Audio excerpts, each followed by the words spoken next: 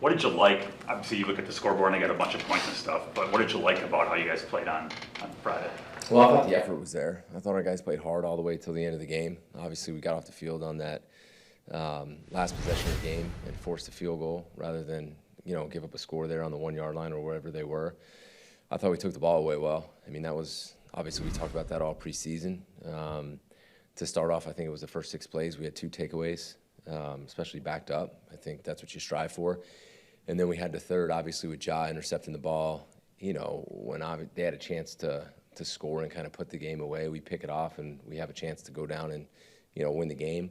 And then ultimately, I think we could have had more. In my opinion, 3 takeaways was good, but when you turn on the tape, there should have been more. We had a chance, I thought, at 2 sack fumbles that the ball was right there that I think we could have taken. And then Keyshawn, who I think played a really good game. He's physical, very physical in the run game. I thought he covered well. Had a big hit on the quarterback. He had a sack or close to a sack on the wrap and roll tackle. He had an opportunity to have a pick 6 and change the game. So I like the way we attacked the ball. I like the fact that we were able to get the takeaways. I thought the guys did a really good job in the quarterback run game. I mean, that was a big emphasis, and he'd hurt a lot of people with that. I thought they did a really good job of containing him for most of the game in the run. And I know right now people want to know about the pass rush. Where's the pass rush? Where we were playing a little bit different of a game with the quarterback that we were playing. We were trying to keep him in the pocket, and I think for most of the game we did.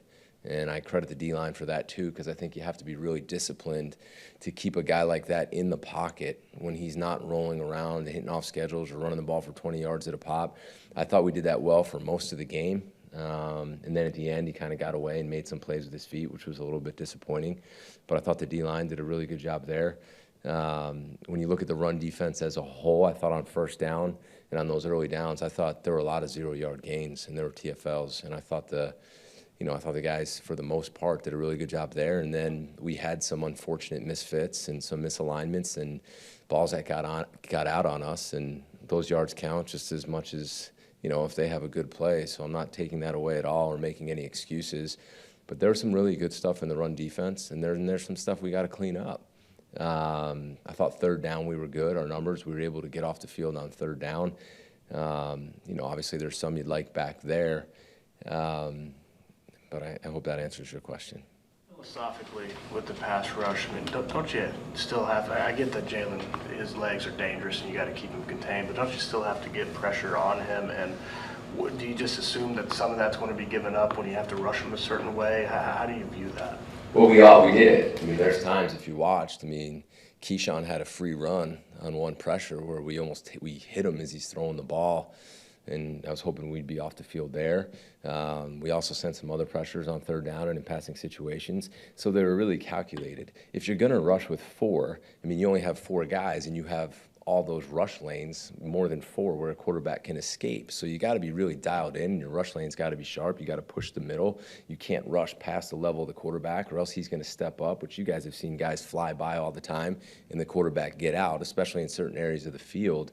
But I think those pressures in that game were more calculated to really try to condense the pocket and push him up the middle, which we were trying to get pressure. It just wasn't your, maybe you guys saw in camp where it's just going 100 miles an hour, getting upfield and ripping and running, because that guy's going to step up and make you pay.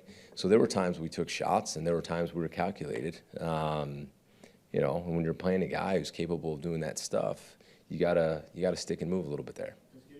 Come down to just winning your matchups then up front against their offensive line if you have a one-on-one or something? Does it come down to that?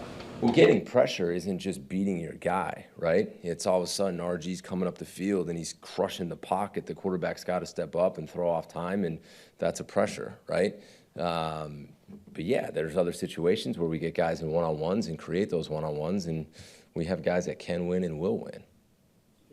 You got a lot of playmakers in your secondary, and Keyshawn played really well, so maybe it was hard to do this, but would you like to get 33 on the field? Is there a way to do that at all? Yeah, absolutely. And I think you ask a really good question. And we do believe Evan deserves to play. And I know Evan's had a really good week of practice this week, and I'd anticipate Evan having a role going forward. And I'm excited what he can do. So yeah, we need to have 33 have a role. Jeff, does Anthony Richardson pose kind of the same challenge as Hurts, and that you have to be careful how you rush him to make sure he doesn't do too much with his feet? Yeah, talented player, fast, he's big, he's strong. You're going to have the threat of him running the ball on first and second down, so you have to be aware of that. And then he can throw the ball as far as any quarterback I've ever seen in my life. So you got to make sure this isn't a guy who just is a running quarterback. I mean, you saw what he did on those 9 completions last week. It brought him back in the game and almost won him the game. I mean, he's got some serious arm talent. Hasn't played in very many games, right? So he's just going to get better and better with his touch and his accuracy. And I'm sure his timing and rhythm with the wideouts that he's playing with. But he's a talented guy. He's a really good football player. If I know Cooper had that goof up in the early going, what did you see after that from him? I saw a guy respond. I saw Coop as a guy who was injured for almost all training camp and unfortunately couldn't play in a preseason game. And he just has minimal practice reps, and you got a really talented young player who you're counting on to be a really good player this season, and you got to play him. And guys are going to make mistakes, right? And hopefully the guys around him and coaches, I can put him in position when we can get him to know exactly what he's doing and get him caught up. But you saw what he was doing when I'm sure you watched the tape after that, and I'm glad we put him back in because he's a strong guy, he's explosive, he can tackle, he's fast. And we just got to get him caught up to speed. We're not getting that time back. It's not happening. So the time is now and limited practice reps in the week. And then we got to get him real live game reps. And we got to all rally around him when he's in.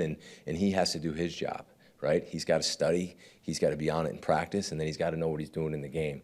But he gives us an explosive player that needs to play. Jeff, you don't need me to make excuses for you. I'm curious, when Don Capers got here in '09, They played their defense a ton. They ran a bunch of their stuff because he knew they needed to do it to be able to do it in the games that counted. So obviously you guys didn't do that in preseason. You didn't show your hand. I'm not saying it's to be expected that it doesn't look exactly how you want, but do you expect after one game now of actually doing it that there should be a big jump in week 2 because you've actually done it in a game together?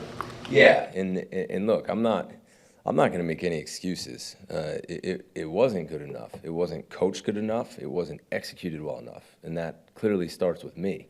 And we will be better than that. And I think we'll get better every single game as we practice and we play and we get those live game reps and we get more practice reps and we learn how to communicate better with each other the more we play with each other, right? And the more we game plan and come up with ideas that we are really good at. I kind of said, we need to figure out, I said this earlier when I stood up here, weeks ago, we need to find out how much we can handle going into a game. We need to find out what we're really good at, and then we need to keep doing those things over and over, and I think you'll see us evolve as we get going and do more and more, right? And I do think you'll see a big jump. I can see it in practice right now.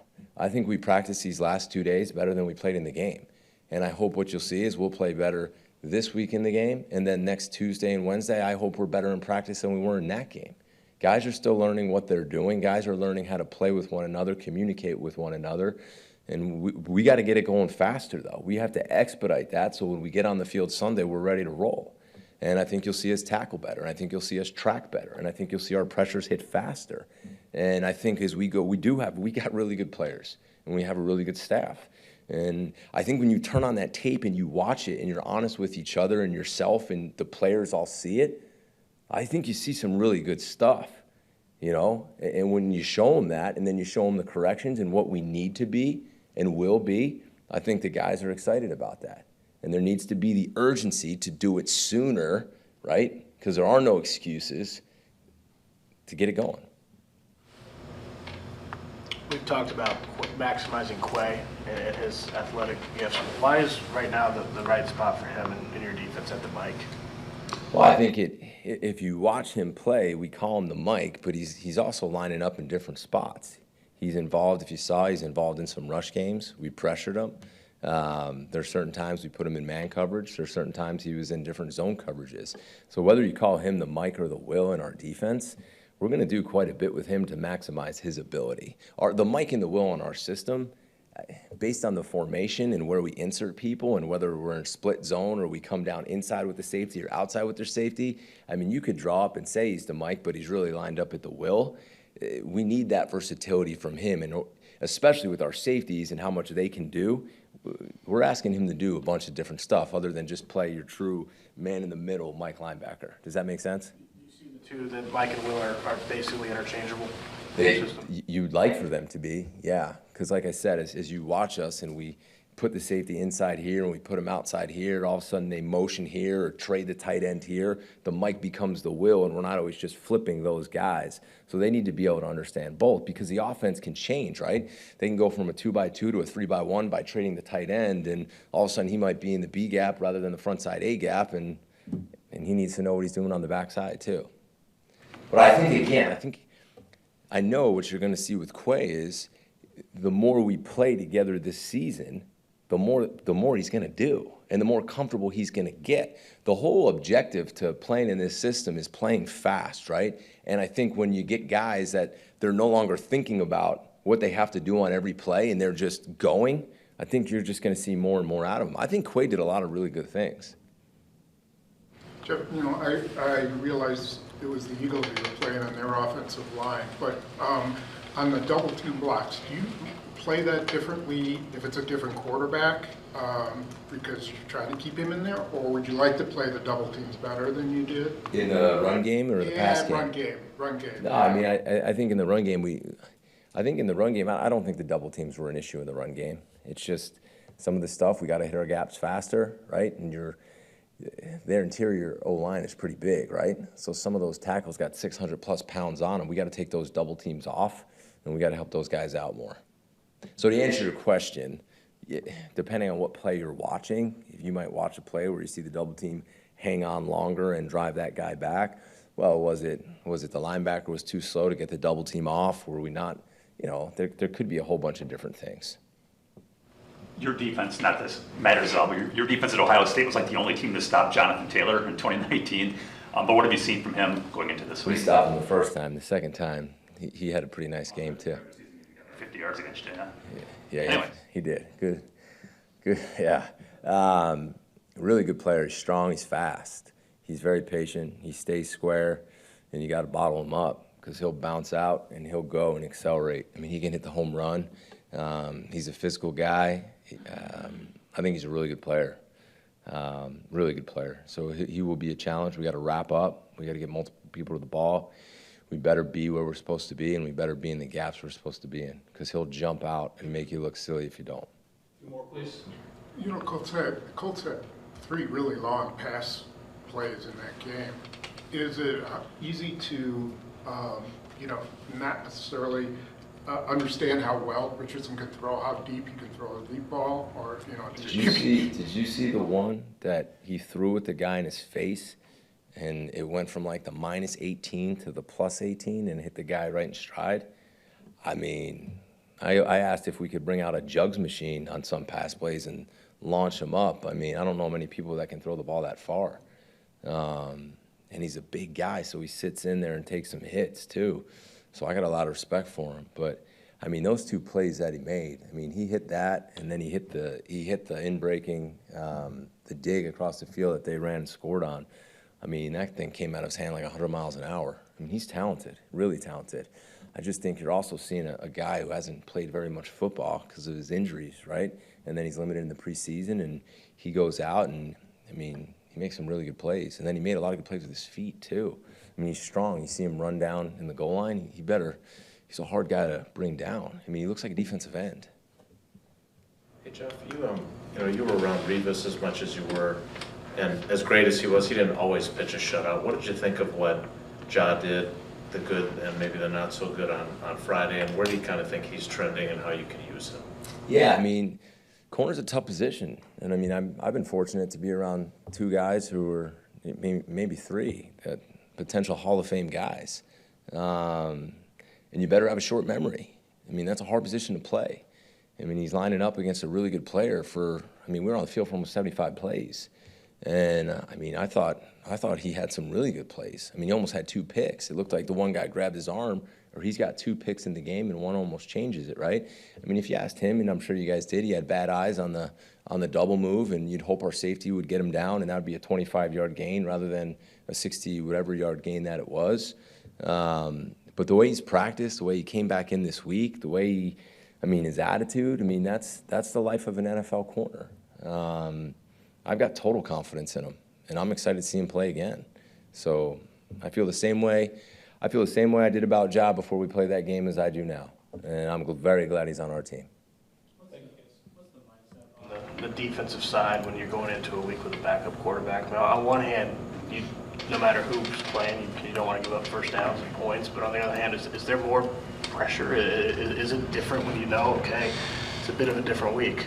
I mean, I think you gotta ask the guys that question. For us, we're gonna line up every down and do everything we can to stop them and force them to punt. And no matter who lines up at quarterback for us, I'd hope the mindset never changes. I mean, you go in every game with the mindset you're playing the best team in the NFL and the best players in the NFL, and we got to give everything we got and not worry about anything else. We got to take the ball away and give it back to our offense. That's who we have to be, over and over and over. And we got to get off the field on third down, and we got to play better than we did last week. And I can't wait to get back out there.